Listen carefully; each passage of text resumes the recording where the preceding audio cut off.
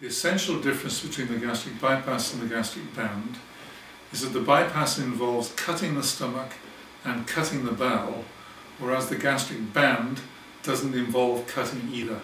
It's a less invasive procedure. The other principal difference is that whereas the band works primarily on restricting the amount of food you can eat, the bypass works in two ways: restriction, but also an effect on gut hormones in such a way as to reduce the appetite.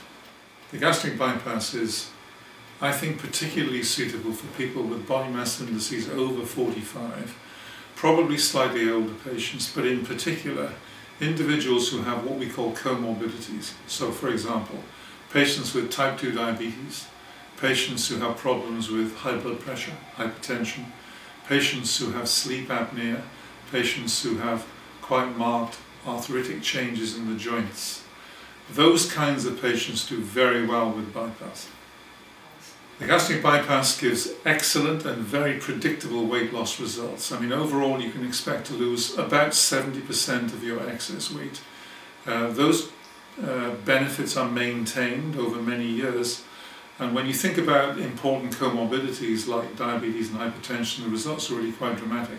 For example, if you have type 2 diabetes, you have about an 85% chance of being completely cured following a bypass, and you can expect similar benefits with the other comorbidities like blood pressure. So this is a really powerful operation that has a very large, very dramatic effect on the conditions associated with obesity as well as the excess body weight itself.